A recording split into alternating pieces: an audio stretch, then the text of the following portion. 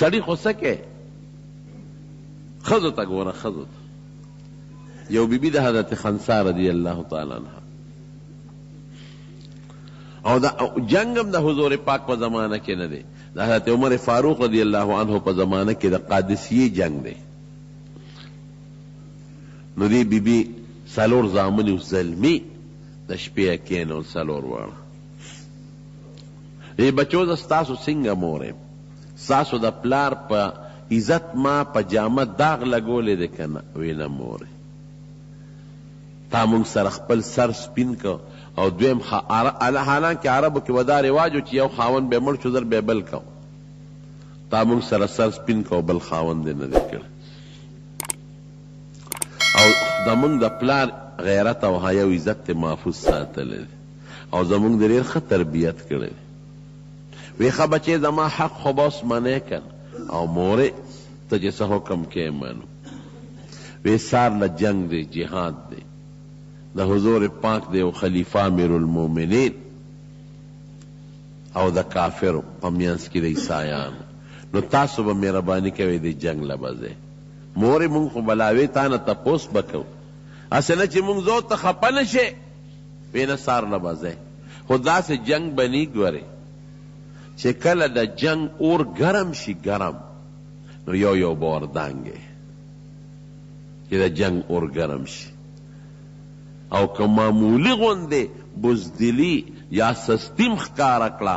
نو زه تاسو باندې الله ګواه کوم لوی الله چې د قیامت په ورځ به ما خپل حق تاسو ته نی بخلی وبکې یو مور داسې نن سبا خو چې بچې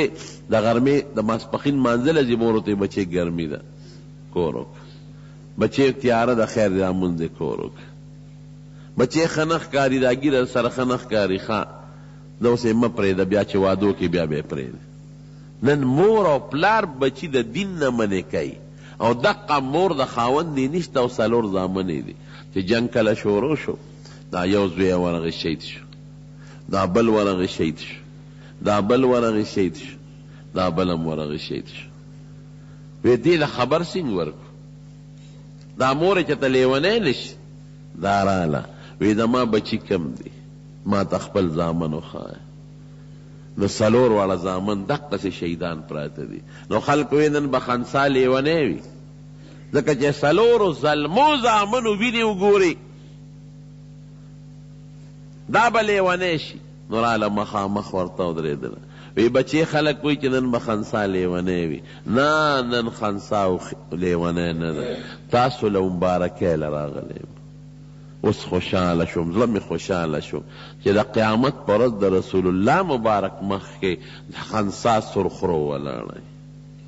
او ستاسو پلار ته زه سرخرو ولاړی چې ستا بچي ستا په مشن لاړه داسې ملګري داسې ښځې خدای حضور پاک له په ملګرو کې ورکړی داسې ملګري خدای ورکړه دین خدای مضبوط کا د نبی کریم صلی الله علیه وسلم او د هغه د ملګرو په ذریعه باندې دا کلکو هر قسمه تکلیفات برداشت کړل حضرت حمزه رضی الله عنه چې کله شهید شو او کافرانو تی اینه راوویستل او زړې ته راوویست او چکونه یې پې ولګول او دا غوږونه یې پرې کړي وو پوزه یې پرې کړی وو شونډې یې پرې کړی وې روزې یې پرې کړی وې او دې کې تار اچولی وو امیل کړي وو هندې غاړه کې اچولي وو او ګډېده به چې قسم دې حضور پاک ټینګ نه شو وته ځکه ترې دی که او دومره ظلم شوی دی نو نبي علیه السلام وجړل وی ما خو د کافرو د مړو متعلق هم داسې نه دي کړی او دا اډر مې هم نه دی کړی چې داسې دا وکې دا به نه کوې دې ظالمانو خو زما د مړ سره دومره ظلم او زیاتې کړی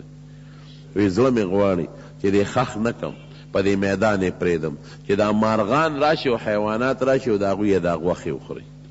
چې د قیامت پر ورځ نور خلک د قبرونو نه پاسي او زما د تره غوښې د مارغانو د حیواناتو د وجود نه روځي او دې ته جوړ شي دونه په نبي اسلام پریشان و نو خور یې د حضور پاک ترور بی بی صفیه را روانه وه نبي اسلام چاویس د الله رسوله ترور دی د صفیه را روانه ده دا خو که دا حمزه ویني دا رور خو دا پریشانه بشي ځکه چې پوزه نشته، شونډې نشته، سترګې نشته، غوږونه نشته، او سینه شلیدلې ده، او زړه نشته، اینې نشته. ورشه وی منې کې زبیر یې ترور زوی دی، زبیر ورشه مور دې منې که. حضرت زبیر ورغی، مور یې تیزه را روانه ورته ودرېد، وی مور یې ودرېږه. هغه دومره بهادره ښځه وه، دې زوی له دیکه ورکړه، اخو یې غورځو، اخو یې غورځو، لرې شه ته ما منې کې د خپل ورور د ملاقات نه. زوی ول آواز ورکوي، مور نبی علیہ السلام وی چې منې کا، بس ودرېده. چې خبره د حضور پاک شو نو فوراً ودرېده. ورشه بچې نبی علیہ السلام ته ووایه چې ته مې په کومه وجه منې کې، نو په هغه وجه له نیم راغلی. زما واره به وایي چې دا به ویر کوي، نوحه به کوي، ویر به کوي، او ګریوان به شلی، او ضرور دا مخ به وویني نو پریشانه به شي. واره ته مې ووایه چې زه د هر څه نه خبر یم، ما ته پته لګېدلې چې زما ورور سره څه شوي دي، هر څه نه خبر یم، ویر نه کوم نه مخ وام، صرف دې لازم چې خپل رور له مبارکباد ورکم د جنت، مبارکي ورکوم. حضور پاک ته الوی صاحب دقه سي مور مې وای وی ښځه لاړه شو دي ګوري، بیا دې داسې ملګري خدای ورکړه، داسې زنانه، داسې ماشومان. قسم دې دا ماشومان بچي نه دي چې جهاد له به حضور پاک ته یو به ما ځان سره بوزه بل ما بوزه. نبی ہمیں 15 سال نہ کم بچے به جنگ له نزي، 15 کلن نہ کم به نزي، جهاد له بالکل نزي. نو یو به جی زب اغله چې اجازت ورکو، یو صحابی بل ته وای وی اغله دې سیب اجازت ورکو مال نه راکې، وی هغه عمر 15 کاله دی او ستا کم دی، وی نه د ما سره په پرزونو کا، که ما رو پرزو بیا به مال اجازت راکې، او که زه رو پرزولم نو بیا راله اجازت مه راکوه. نو دواړه به په کبډي شو، نو چې په کبډي شو نو یې رو پرزو، وی صاحب وګوره که نه ما نه کمزوری دی، ماله به خامخه اجازت راکې. او چې صفونه به کله جوړېدل، صفونه چې نبی هم قتل چې ماشومان ته وباسي، قسم مې د په ذات تعالی بعضې ماشومان به په نوکو ودرېدل، په دې پنجو به ودرېدل، ځان به اوچت که چې ماونه باسي رسپ نه چې دا راکوټه دی. داسې ملګري خدای ورکړل. نن موږ زکات ته باندې ور جوړو، زکات ته نن موږ صدقې ته باندې جوړو، نن موږ مونځ ته باندې جوړو، نن موږ ذکر ته باندې جوړو، نن موږ جمعات ته باندې جوړو، خیرات ته باندې جوړو. دومره محنت سره دا دین موږ ته را منتقل شوی راغلی، او دا د نبی کریم صلی الله علیه وسلم مرګ